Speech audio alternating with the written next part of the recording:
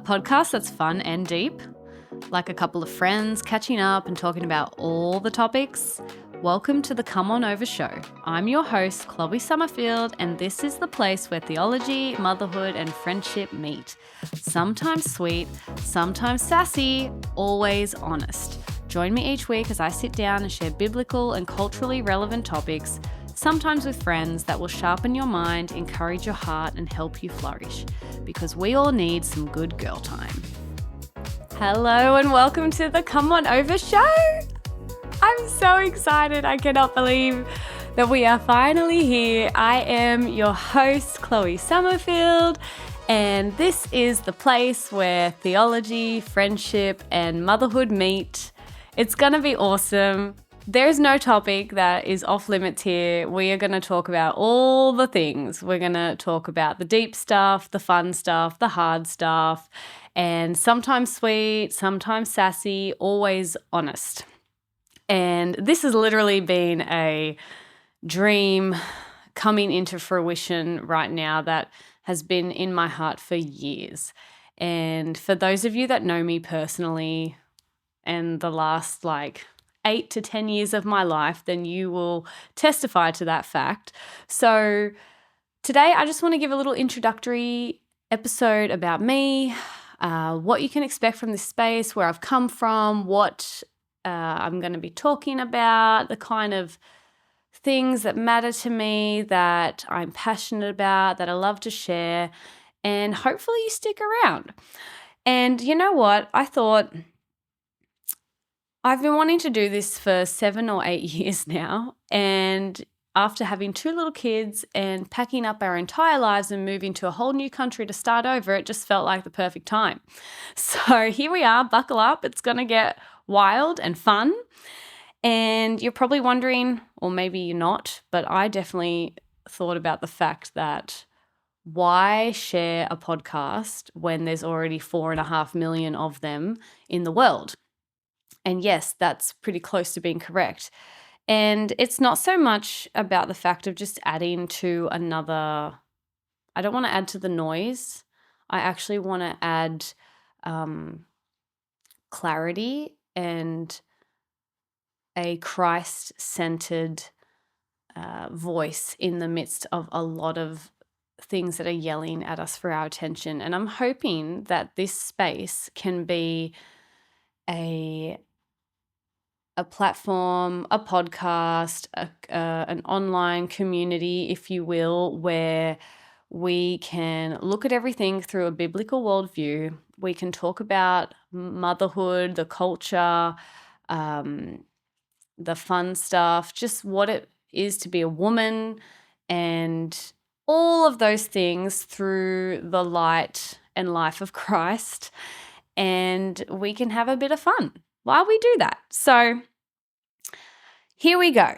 What do you need to know about me?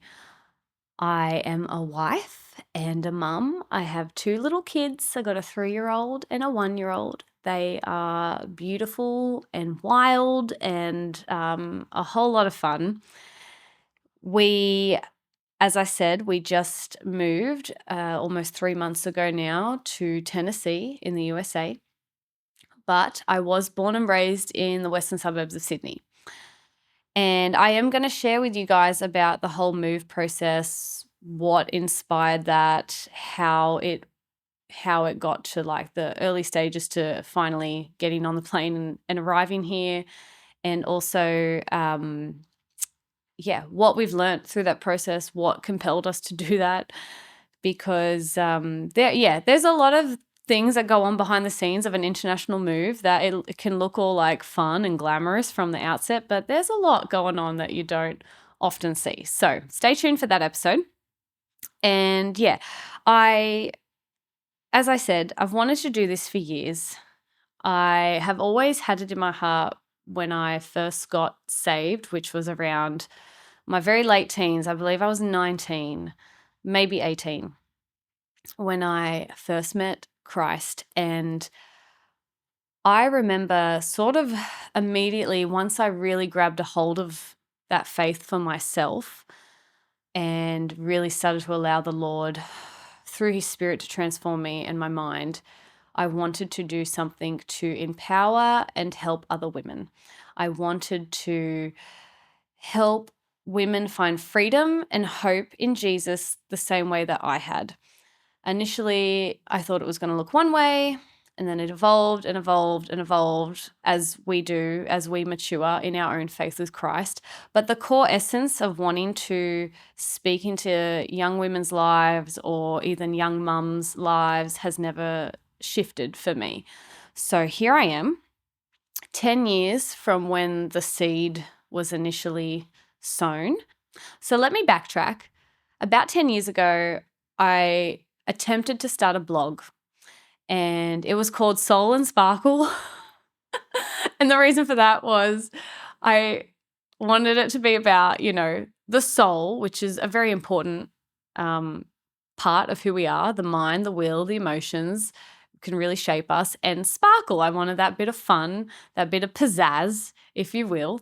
And yeah, that's always kind of been important to me. I've never been a person that wants to take life super seriously. Take God seriously, don't take yourself too seriously. And so I just think you always got to balance it out.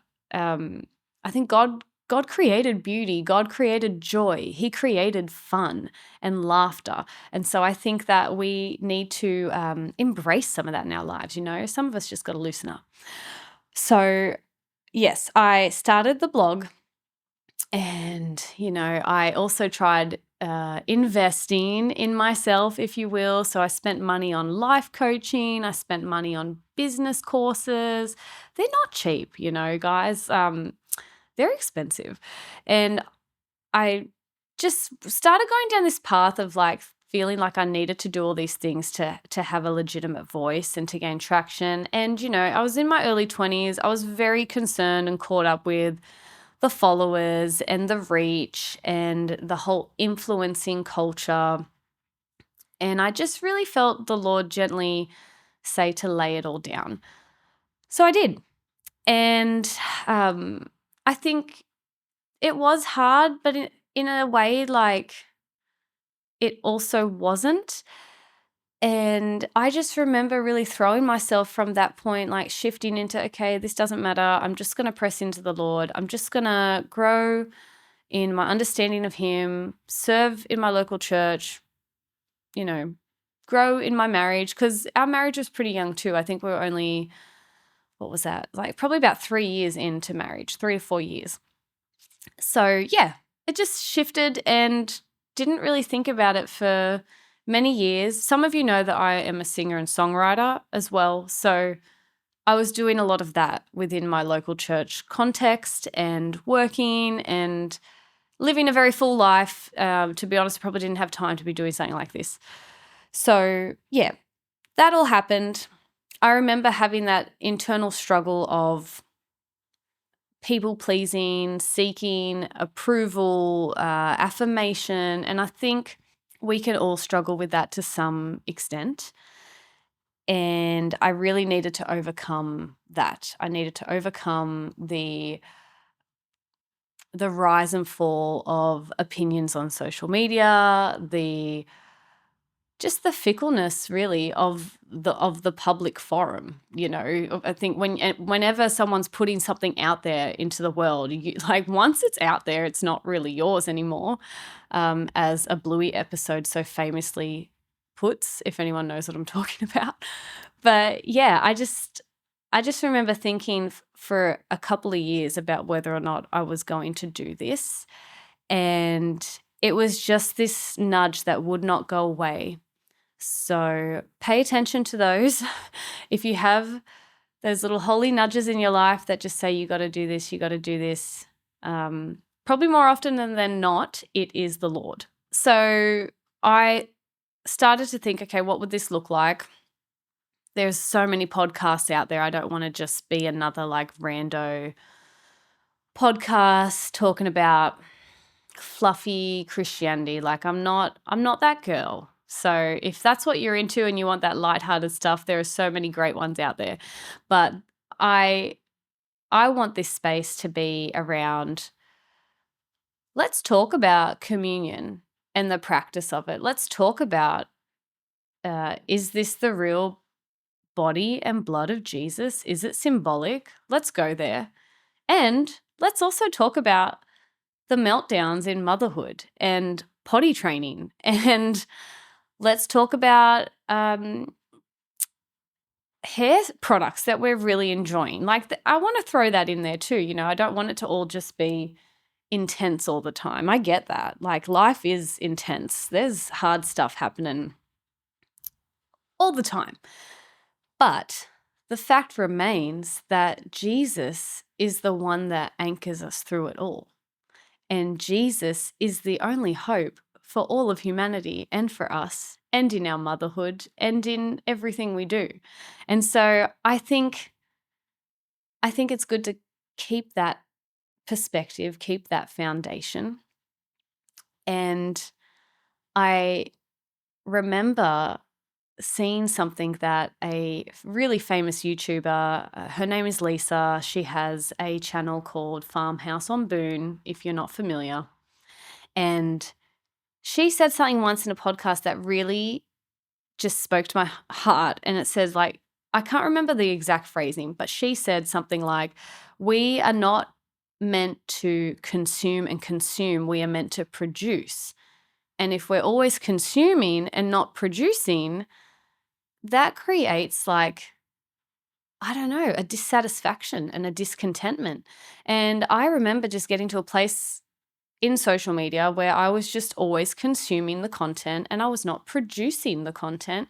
And I thought, you know what? I actually have more fun on this platform and I enjoy it when I am creating and I am producing something.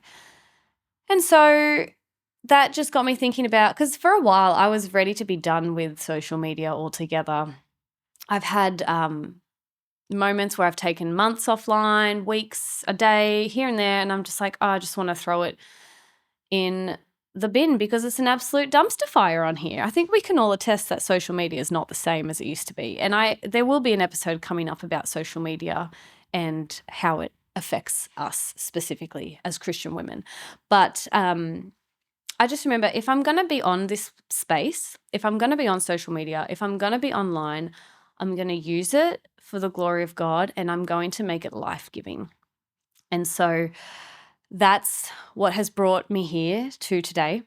And I am just ready to share some beautiful truths with you all.